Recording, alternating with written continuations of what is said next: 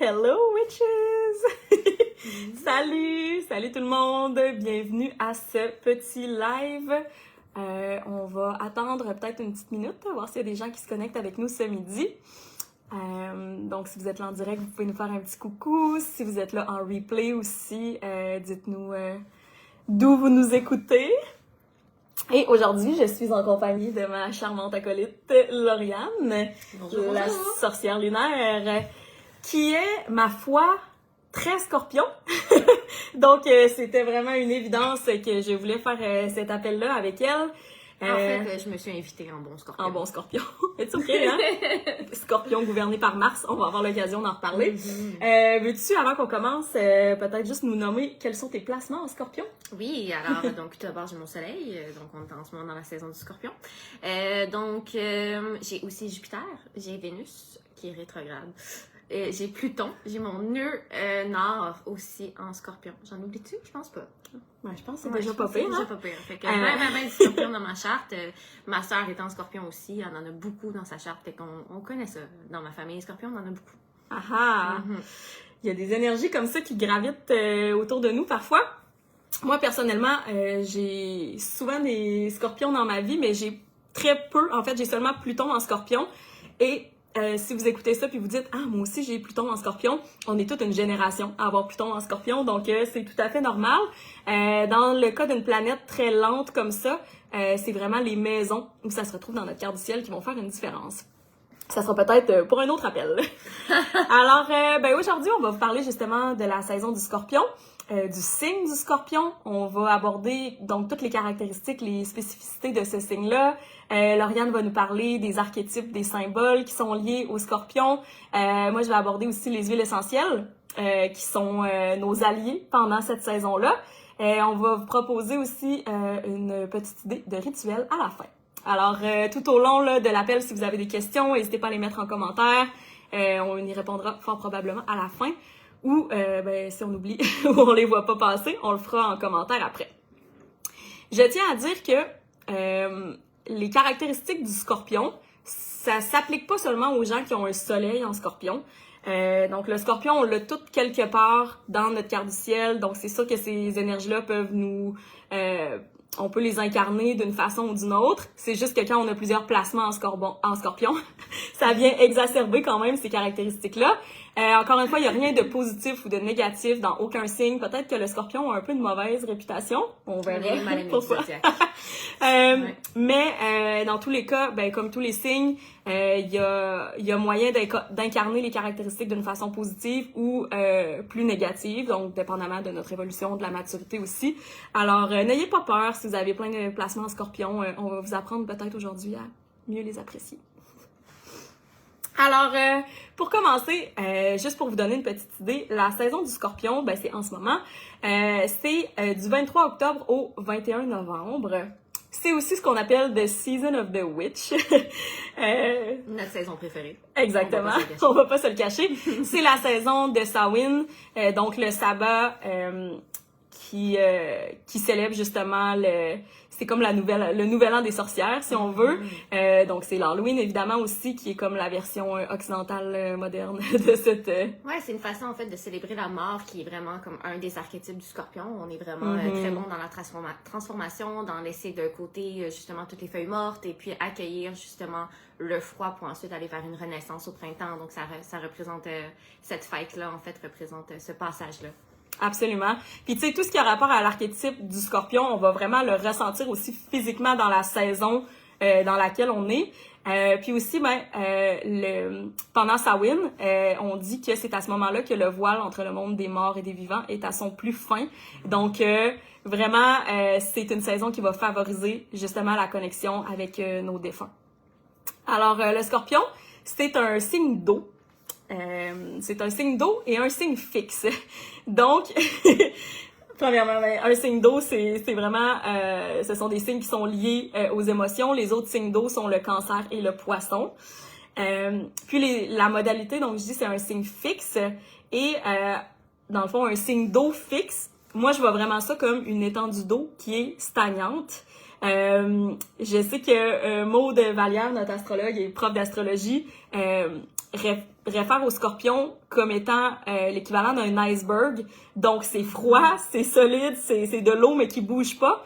Moi, je le vois un peu comme un lac, un beau lac, là, un grand lac super calme, complètement noir, que tu le vois de loin, puis que tu te dis « Ah, wow, c'est comme... ça a l'air... c'est invitant, c'est beau, on a comme envie de s'approcher, il y a une espèce d'attraction, de magnétisme. » Puis là, quand on arrive pour se baigner dedans, on se rend compte que c'est vraiment fret. Puis l'eau est froide, puis il fait froid dehors, puis finalement, c'est pas si le fun que ça. Moi, je vois ça aussi un peu comme, oui, un lac, mais aussi comme un marais, parce que justement, dans un marais, t'as autant la noirceur, la mort avec tout ce qui est stagnant, justement, mais en même temps, qu'est-ce qui pousse dans un marais? T'as des nénuphars, t'as du lotus, t'as plein de belles petites fleurs, puis de vie, en fait, qui vit là-bas. Fait que je trouve que ça vient vraiment chercher la dualité du scorpion, d'être capable d'aller plonger à l'intérieur de soi, d'aller faire face à qu'est-ce qui est laid en soi, et le transformer en beauté, puis en fait rejaillir de la lumière de ça, d'aller vraiment voir cet autre côté-là, d'aller chercher ta vérité qui va te permettre de juste embrasser ta personne, en fait. J'adore. C'est tellement ça. Et donc, évidemment, dans notre hémisphère, le scorpion, donc, c'est pendant la saison de l'automne. Donc, comme Lauriane disait, ben, c'est ça, c'est la saison des feuilles mortes. C'est là où on a l'impression que justement la nature est en train de s'éteindre.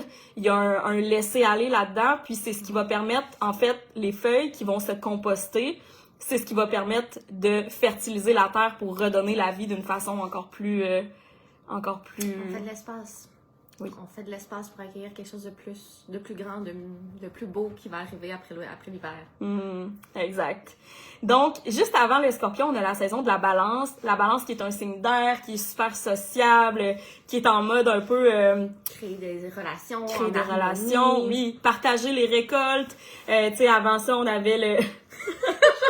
J'ai tellement de mettre le coude dans ma pastille collante. C'est super. Ça aurait pu passer inaperçu, mais non. Hein? Non, on a décidé de mettre ça à l'écran. C'est ça. Donc, c'est ça, la balance qui est en mode partage des récoltes, on se fait des amis, on est vraiment sociable. Et là, le scorpion arrive, puis il est comme, OK, mais là, j'ai vraiment besoin de me replier sur moi et d'aller justement composter tout ce qui ne me sert plus.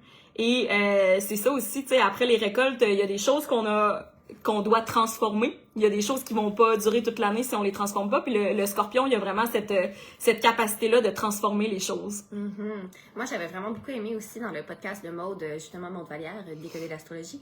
À un moment donné, elle avait fait une histoire du zodiaque, puis j'avais vraiment aimé ça, comment qu'elle avait présenté. La balance, c'est la personne qui vient créer des relations, mais après ça, le scorpion, il est comme, OK, j'ai créé des relations, je suis setée, j'ai des amis, c'est beau, mais en même temps, je suis comme, j'ai besoin de replonger en moi pour aller trouver ma propre vérité, parce que là, j'entends celle des autres, mais je veux trouver vraiment c'est quoi la mienne, c'est quoi ma vérité à moi, avant d'aller dans l'énergie du Sagittaire pour partager cette vérité-là. Fait que c'est vraiment, encore une fois, d'aller faire une plongée interne. On n'a pas peur de ça, nous, des conversations profondes et parler du shadow work, de tout et de rien, mais comme vraiment, on y va all-in.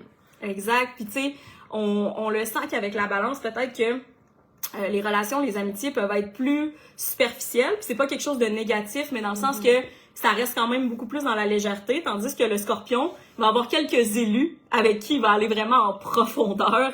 Et c'est ça. Donc, ça restera pas des simples amitiés et des conversations de surface. Oh non, non, non. Donc, le scorpion aussi est opposé au taureau. Puis, c'est vraiment une belle image, en fait, que oui, on adore le taureau. Le taureau qui est vraiment ancré dans ses sens et qui adore manger. En fait, le taureau est comme... c'est un signe qui est réputé pour adorer justement tous les plaisirs culinaires, gustatifs. Puis, quand on mange quelque chose, faut pas se surprendre faut pas s'étonner que ça va ressortir d'une autre façon à l'autre bout. Puis le scorpion, c'est ce que ça représente. Le scorpion aussi va gouverner justement les organes génitaux, mais aussi l'anus et vraiment comme tout ce qui est l'évacuation de notre corps. C'est relié au scorpion. Donc, le scorpion a 2 planètes maîtresses. En astrologie traditionnelle, c'est Mars.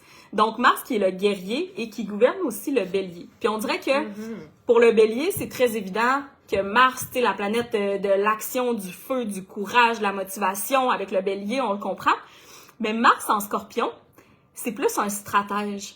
C'est un guerrier, mais qui sera pas nécessairement dans le physique d'aller foncer, d'aller chercher qu'est-ce qu'il veut.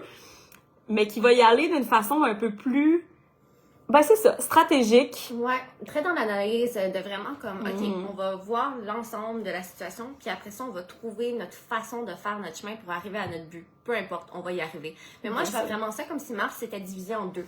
Moi, pour ceux qui me connaissent pas, j'ai étudié un petit peu la médecine chinoise, c'est vraiment quelque chose qui me passionne. Fait que pour moi, Mars, c'est comme si le bélier, c'est le yang, et le scorpion, c'est le yin de Mars. Mais c'est quand même justement cette énergie-là guerrière et tout. Fait que c'est vraiment, oui, pour ça qu'on dit que le scorpion a pas l'air d'être un signe d'eau, qui est plus un signe de feu. C'est vraiment sa drive, en fait, mais qui est exprimé un petit peu différemment que le côté fonceur du bélier. Ça va être vraiment comme, on va atteindre nos buts, puis on va trouver une façon d'y arriver, puis tu t'en rendras même pas compte. Non, c'est ça, exactement. Fin stratège. Et en astrologie moderne, c'est Pluton qui va gouverner le Scorpion. Donc, Pluton qui est, en fait, la destruction pour renaître par la transformation. Alors, ce sont les deux planètes maîtresses du Scorpion. Je serais curieuse de voir en commentaire si vous connaissez des scorpions ou si vous êtes scorpion. C'est quoi les caractéristiques? C'est quoi les traits de personnalité que vous associez aux scorpions puis que vous retrouvez chez vous ou chez ces personnes-là? Avant qu'on y arrive puis qu'on nomme plus les symboles et les archétypes. Aussi, la carte de tarot qui est associée aux scorpions, sans grande surprise, c'est la mort. Alors, ça aussi, Lauriane va en parler un petit peu plus justement dans les symboles et archétypes. C'est maintenant. Oui, vas-y. Ben la mort, tu sais, c'est quelque chose qui peut vraiment faire peur, mais justement, le scorpion a cette capacité-là d'aller autant toucher l'intangible que le tangible. Fait que la mort, oui, ça nous fait peur quand on est, mettons, un bébé scorpion, mais après ça, de plus en plus que comme on évolue, on s'apprivoise un petit peu avec la mort parce qu'on apprend que la mort est là à tous les jours, puis que c'est un cycle, puis qu'elle peut être représentée de plein de façons. Donc, tu sais, le scorpion est vraiment bon, justement, comme je disais tantôt, pour aller creuser à l'intérieur puis refaire jaillir la lumière. Donc, c'est vraiment d'aller enclencher ces cycles-là de comme, qu'est-ce que je peux laisser aller dans mon quotidien, dans ma vie tous les jours, dans ma personne, dans ce que j'aime peut-être un petit peu moins dans mon ombre. Comment je peux aller jouer avec ces ombres-là pour justement aller les transformer puis devenir une meilleure personne, une meilleure version de soi-même. Le scorpion, c'est tout le temps ça.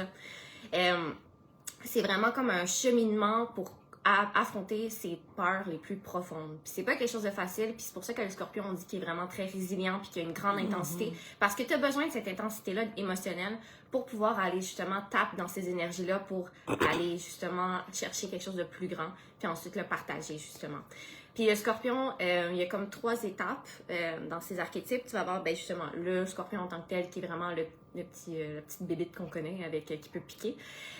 Oui, qui peut et qui va piquer. Et qui va, oui. Dans le fond, oui. L'énergie de Mars, c'est vraiment de foncer d'être dans l'action et tout. Puis le scorpion, vu qu'il va comme de façon un petit peu plus sneaky, ben, il va te pogner en revanche. Dans le fond, le scorpion, quand il est vraiment dans ses bas instincts, dans ses énergies les plus basses, ça peut être quelqu'un qui est vraiment axé sur la revenge, que comme, OK, tu me fais mal, je vais te pardonner, mais j'oublierai pas, puis tu vas voir, je vais revenir te faire un petit croche-patte à quelque part dans ta vie parce que tu vas m'avoir fait chier, fait que moi aussi, ça va m'arriver de faire ça. Ils peuvent être très jaloux aussi, ils peuvent être dans la manipulation, mais c'est en fait pour se protéger. Ils ont vraiment peur de la trahison. Je dis ils ont. On a vraiment peur de la trahison. On a peur du rejet, on a peur de l'abandon. Je pense que les scorpions, tu sais, c'est vraiment venu sur le monde. Pourquoi on est, mettons, signe soleil en scorpion? C'est parce qu'on va être confronté à des situations comme ça dans la vie qui va nous permettre justement d'atteindre un autre niveau plus spirituel, un autre niveau spirituel ou de clarté mentale, qui nous amène vers l'aigle, qui est un autre archétype du scorpion, qui est vraiment plus notre higher self. Fait que quand on commence à travailler sur soi, puis à comprendre comment gérer nos émotions dans leur intensité, ce qui est vraiment pas facile, là. Je veux dire, moi j'ai 30 ans, puis comme je travaille encore là-dessus. Puis ça a pris vraiment du temps avant de comme accueillir la vague d'émotions. Tu sais, clin d'œil, hier j'ai fait une story sur Instagram, puis le scorpion c'est un tsunami. C'est vraiment comme ça que je me sens, puis en plus moi j'ai ma lune en cancer, comme mon ascendant poisson, fait que I'm all about emotion, I'm all about water. Fait que d'accueillir ce tsunami-là en soi, ça peut être vraiment difficile, puis quand t'es jeune, tu comprends pas tes émotions. Fait que ceux qui ont des enfants scorpions, accompagnez-les dans leurs émotions pour vraiment mettre des mots là-dessus, parce que c'est vraiment un travail d'une vie de mettre des mots sur nos émotions, puis de pas juste être overwhelmed. Mais quand justement t'apprends à faire un petit peu plus de gestion émotionnelle, puis t'apprends à mieux te comprendre, puis savoir c'est quoi qui te trigger, puis comme de où viennent tes traumas, ben pour ça il faut vraiment creuser en soi, en bon scorpion pour faire ça, pour aller chercher sa force, puis l'utiliser à bon escient en fait, d'avoir une vision de comme d'être capable d'aller en haut des situations pour vraiment l'analyser puis devenir puis de juste d'avoir un meilleur contrôle. Puis aussi le Scorpion, on va pas se le cacher, il adore avoir le contrôle. C'est comme ça. Gouverné par Mars. Exact. Oui, c'est ça. On aime ça être dans le contrôle parce que quand on est dans le contrôle, ben nos émotions, on peut nous les contrôler, mais on contrôle un peu ceux des autres sans tomber dans la manipulation quand on est rendu dans l'aigle. On est vraiment plus comme dans la communication au lieu d'être dans la passive aggressiveness. On est vraiment juste dans l'accueil de ces émotions-là, puis de laisser de côté les émotions un peu plus négatives, un peu plus petty, d'être comme juste comme, OK, ce que je ressens qui est vraiment moins beau, ben je vais le laisser de côté, je vais m'en détacher pour justement accueillir quelque chose de mieux. Puis on utilise notre intensité pour bâtir des fondations solides, bâtir des relations dans leur vulnérabilité, dans leur vérité. On essaie d'enlever les masques en fait, parce qu'on s'en met tellement pour se protéger que c'est vraiment ça notre travail de comme réussir à les enlever, peel. Mm-hmm. Puis après ça, on arrive vers le phénix. Le phénix qui est en fait un symbole qui me suit depuis vraiment longtemps. Petit clin d'œil à Harry Potter, c'est sûr que ça a commencé là. Fume sec. Oui, fume sec, comme tout le monde. Mais le phénix, c'est vraiment quand tu arrives à transcender ta personne. C'est quand tu arrives à contrôler tes émotions, à savoir c'est quoi tes parties d'ombre, tes parties de lumière, à les faire jouer ensemble, puis à entrer dans une sorte de valse émotionnelle. Puis après ça, quand tu réussis à te transcender, puis à renaître de tes cendres comme ça, t'as juste tout brûlé ce que t'avais plus besoin. Il te reste juste qu'est-ce qui va vraiment t'apporter dans la vie. Puis le Scorpion, ça peut vraiment être une personne qui va taper dans ses expériences personnelles pour aider les autres à grandir aussi. Fait que quand t'es rendu au Phénix, t'es rendu dans l'aide des autres, t'es rendu dans ton énergie de guérisseur, t'es rendu dans la transcendance, puis t'es rendu le psychologue de ta gang, clairement. Ben oui, tu peux l'être à d'autres niveaux, comme tu peux l'être aussi quand t'es un aigle, quand t'es un scorpion, mais je pense que la qualité de tes conseils vont vraiment être mieux quand t'es rendu dans l'étape du Phénix. Fait que c'est ça, le Phénix pour moi c'est vraiment ça représente super bien le Scorpion parce que tu viens de tout brûler, tout laisser aller, puis après ça tu fais juste rejaillir la lumière, puis t'es comme je peux enfin respirer parce que je suis capable de tout gérer ça, cette charge émotionnelle là. Et cette intensité, puis tu peux justement juste être mieux dans ta vie de tous les jours parce que c'est pas toujours facile d'être confronté à sa noirceur puis de voir toutes ces idées noires-là puis de les accepter puis d'avoir de la compassion envers toi puis de développer de l'empathie. Tu sais, il y a beaucoup de scorpions qui sont des serial killers. Qui sont des tueurs en série. Tu sais, je pense que c'est des... ils ont aussi beaucoup de placements poissons. Promis, j'ai tué personne dans ma vie. Ce sont effectivement les deux signes les plus fréquents. Mais c'est justement deux signes qui sont tellement capables d'aller jouer dans l'intangible, dans le underworld, que parfois peuvent se perdre là-dedans. Fait que je pense que justement, c'est important de garder le Phénix en tête pour voir la lumière au bout du tunnel parce que c'est vers là que tu veux t'en aller. C'est pas en allant jouer dans des énergies basses, encore une fois. Quoi d'autre? Le Scorpion a vraiment une intuition hors de ce monde. Oui. Vraiment. Puis c'est... si vous côtoyez des Scorpions, vous avez peut-être l'impression que ces personnes-là savent tout de vous, mais que vous savez rien d'eux. C'est comme je disais à Raph hier, parce qu'on a passé un petit moment ensemble, parce que j'ai encore une fois vu plein de mimes de Scorpions sur Instagram en ce moment, c'est juste ça que moi puis ma soeur on s'envoie. Puis ça disait justement, tantôt on l'a mentionné, que les Scorpions sont très sélectifs sur leurs amitiés et aussi très sélectifs sur qu'est-ce qu'ils vont laisser paraître et qu'est-ce qu'ils vont vouloir dévoiler de sa personne. Comme je disais à Raph hier, j'ai comme 5 amis. Vous avez toute une version de moi différente. Vous connaissez pas toutes mes mêmes secrets. Elle choisit l'information qu'elle nous révèle à chacune de ses amies. Sorry for all my friends. Et c'est ça, justement, il y a des secrets qui sont révélés à certaines personnes et pas à d'autres. Ouais, mais justement, tu sais, le monde secret du Scorpion, on est vraiment bon là-dedans, mais tu sais, tout revient au fait qu'on veut protéger notre vulnérabilité, puis pour nous, c'est vraiment difficile d'être vulnérable. Nos murs sont en béton, sont super hauts, on est comme un château, là, une forteresse bien gardée, parce qu'on a un petit cœur tout doux au final, tu sais. Oui, on a cette énergie-là de Mars, oui, on est capable de piquer. Il y a la sensibilité des signes d'eau. Exactement, c'est ça, on se rappelle que c'est un signe d'eau, qu'on est vraiment connecté à nos émotions, à notre intuition. On est capable de ressentir dans la pièce qui va bien, qui va pas bien, quand on est vraiment connecté à son intuition, là, parce que sinon, si t'es dans tes basses énergies, tu vas plus être comme tu vas plus te sentir comme en danger, si on peut dire, comme si quelqu'un allait pouvoir prendre le dessus sur toi parce que justement, peut-être qu'elle allait avoir plus d'attention que soi. Parce que oui, on est des personnes très dramatiques aussi, on aime ça avoir l'attention. Très, très dramatique. J'adore. Il y a aussi tout l'aspect sexuel du scorpion. Ouais. Alors, le scorpion. Oui, ben tu sais, énergie de Mars, on a une grande drive, c'est le signe qui est relié aux organes génitaux, fait que oui, on est reconnu pour avoir une grande drive sexuelle, mais attention, tu sais, ça vient, ça part, on va pas justement stigmatiser tous les scorpions qui sont vraiment comme des nymphomanes. Je pense que c'est vraiment, en fait, la connexion qui est importante. On aime se connecter avec les gens, puis on aime se connecter dans l'intensité. La fusion, même. Ouais, la fusion, définitivement. Puis qu'est-ce qui est mieux qu'une fusion, une connexion dans toute son intensité? Ben, ça arrive à une relation sexuelle. C'est là que tu es le plus vulnérable devant la personne. Je pense que, justement, on utilise beaucoup la sexualité pour se rendre vulnérable, mais garder un contrôle, encore une fois. Ça revient toujours à ces thèmes-là, tout le temps. Fait que oui, c'est un signe qui est très sexuel, mais je vous dirais pas qu'on est des nymphomanes non plus. Je pense qu'il faut comme déconstruire le mythe, s'il vous plaît. Parce que genre ça met de la pression. Puis nous, la pression, ben comme à un moment donné, ça explose. J'adore. Merci de nous avoir partagé le inside vue du l'intérieur. point de vue de la vision du monde d'un vrai scorpion. J'adore. Maintenant, les huiles essentielles, parce que ben on est sur le groupe Aromagic, hein, donc on parle d'aromathérapie. Les huiles essentielles qui peuvent être des bonnes alliées pendant cette saison du scorpion. C'est sûr que, étant donné que c'est un signe d'eau, moi je vais travailler beaucoup avec des huiles de fleurs, mais pas juste ça. Donc, premièrement, dans les huiles de fleurs, c'est sûr qu'on est moins dans les petites fleurs douces et cute, comme la lavande, le géranium, le jasmin. Quoique le jasmin, c'est vraiment une huile pour justement la connexion sexuelle. Ah, je pensais que t'allais dire le troisième œil. Moi, je suis comme, non, troisième œil, oui, la connexion sexuelle, vraiment. Mais justement... Le ylang aussi. Ouais, ben c'est ça. Spoiler. Le ylang aussi, donc c'est vraiment, c'est une huile qui est aphrodisiaque, en fait, le néroli aussi. Donc vraiment, peut-être pour venir, c'est des huiles qui sont très relaxantes, donc peut-être pour justement lâcher prise sur le contrôle, puis vraiment permettre la connexion. Ylang et néroli, puis même jasmin, c'est les trois huiles que je proposerais pour ça.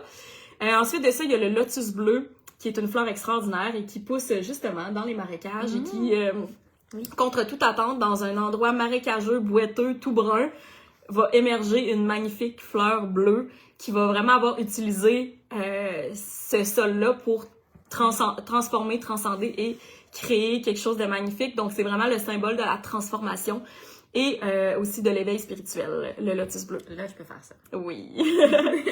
Ensuite de ça, la Tanaisie annuelle. Je sais pas si j'en ai une proche. Je pense pas. On l'appelle l'huile de Schtroumpf. Elle est bleue, mais bleue comme de l'encre. Vraiment, là. C'est un bleu très foncé. Puis quand on l'applique sur la peau, ça demeure bleu un peu.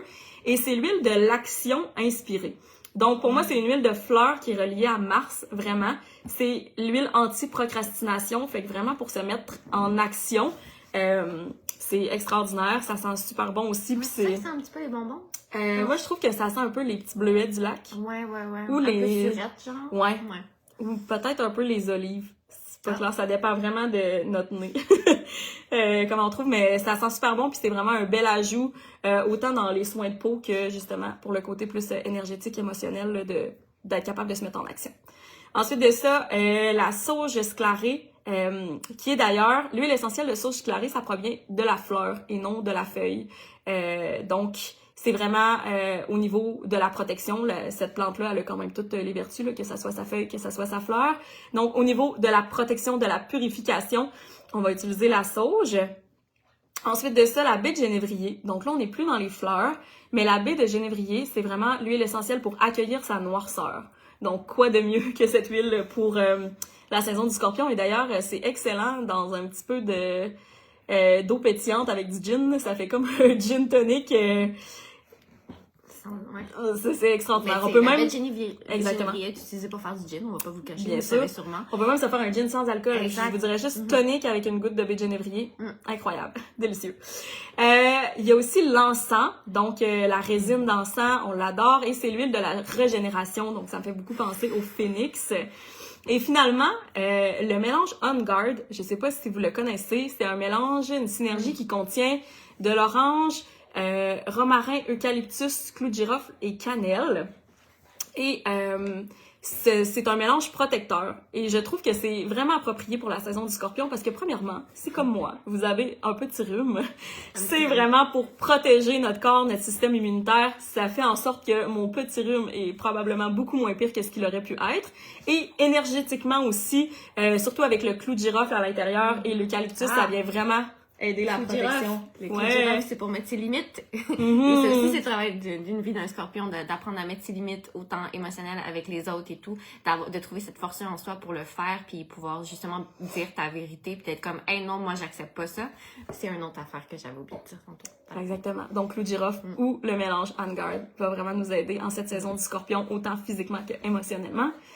Et finalement, ben, pour terminer, des petites idées de rituels ou d'actions que vous pouvez poser pendant la saison du Scorpion pour justement, ça peut être pour incarner cette énergie-là que vous avez envie de faire surgir, ou ça peut être justement pour vous ancrer dans cette énergie-là. C'est peut-être un peu plus difficile si vous voulez vous mettre in tune avec l'énergie du Scorpion.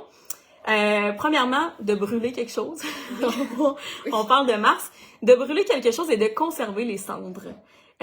Pour être utilisé, ça peut être dans une petite amulette, ça peut être dans un petit flacon que vous allez le conserver, mais de brûler quelque chose qui ne vous sert plus et de conserver les cendres. Ça peut même être de les mettre en fertilisant dans de la terre pour une plante, vraiment pour aider à régénérer à l'aide des cendres, encore dans l'archétype du phénix. Et ensuite de ça, on prend des bains, quand on parle de signes d'eau. Je prends des bains tous les jours. Voilà, c'est ça. Des bains avec des sels d'Epsom, les huiles essentielles qu'on a nommées, donc les huiles de fleurs, ça va vraiment nous aider à justement accueillir nos émotions. Pendant la saison du Scorpion, c'est aussi vraiment un bon moment pour se faire un scrub, un exfoliant pour le corps. Un exfoliant au sel, c'est super simple à faire. Moi, ma recette de base, c'est que je prends 3/4 de tasse de sel. Je prends du sel rose de l'Himalaya fin, mais d'autres sels pourraient fonctionner aussi. Je prends 1/4 de tasse d'huile végétale. J'utilise l'huile de coco fractionnée. Ça pourrait être de l'huile de jojoba, ça pourrait être de l'huile d'olive, tant que c'est une huile végétale. Et finalement, une 15aine de gouttes d'huile essentielle. Et pour la saison du Scorpion, si on veut vraiment venir purifier, on veut vraiment venir nettoyer, on veut protéger aussi. Il y a des choses qu'on veut laisser aller, là, qu'on veut laisser mourir. Donc, j'irais vraiment avec des huiles justement purifiantes, peut-être le citron, la sauge, le romarin, le genévrier aussi pour accueillir la noirceur, le clou de girofle, l'encens, donc toutes des huiles là, que j'utiliserais pour la saison du Scorpion dans un petit exfoliant corporel. On peut vraiment visualiser aussi pendant qu'on s'exfolie le corps, qu'on se nettoie de tout ce qui est impur et de tout ce qu'on veut laisser aller. Un peu comme le serpent, quelle peau on veut laisser aller derrière. C'est aussi un autre archétype du Scorpion selon moi. C'est un tatouage que j'ai sur le bras, puis pour moi représente vraiment beaucoup justement le cycle de la vie et la mort. Le serpent est capable de se refaire une nouvelle peau assez fréquemment, donc d'avoir plusieurs vies, si on peut dire. Puis justement, tout avec les belles huiles que Raph vous a nommées, j'imagine qu'elle va vous laisser en commentaire à quelque part, là, c'est sûr. Tu sais, le Scorpion est relié aussi au chakra de la gorge dans un sens parce que justement, il va chercher sa vérité pour être capable de la communiquer, ce qui est vraiment pas chose aisée. On n'est pas aussi aisé dans ce domaine-là que le Sagittaire qui s'en vient par la suite après nous, là. Donc moi, ce que je peux vous conseiller aussi, c'est un automassage de la gorge en douceur. T'sais, c'est vraiment important d'y aller de la façon la plus douce possible parce que c'est vraiment pas une partie qu'on est habitué de masser. Donc avec ces huiles-là, de justement venir masser vers le bas, vers le haut, d'aller justement tâter un peu les ganglions, puis la mâchoire, j'allais dire, la mâchoire est reliée au taureau, mais c'est notre signe sœur, fait que ça nous fait du bien aussi. Puis d'aller juste déplacer un petit peu notre larynx, vraiment en douceur. Vous allez voir, ça va être un petit peu bizarre au début parce qu'on n'est vraiment pas habitué de se toucher là, mais ça vient vraiment détendre toute la région, en fait, du chakra de la gorge.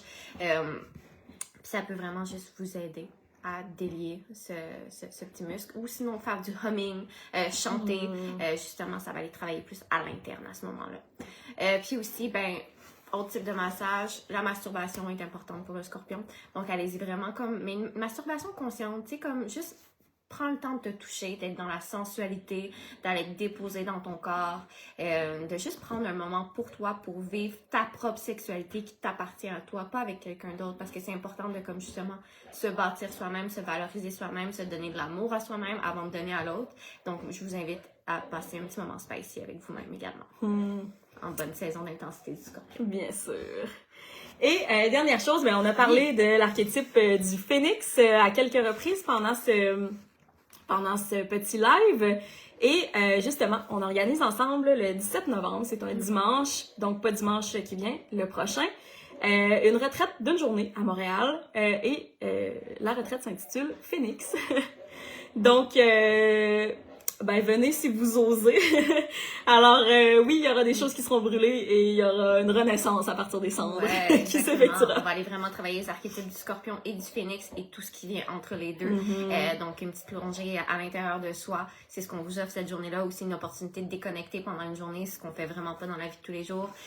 On s'entend que le Scorpion, c'est un signe d'eau, donc un signe qui amène le côté yin. Donc, c'est important de ralentir, de s'écouter, d'être à l'écoute de sa fatigue.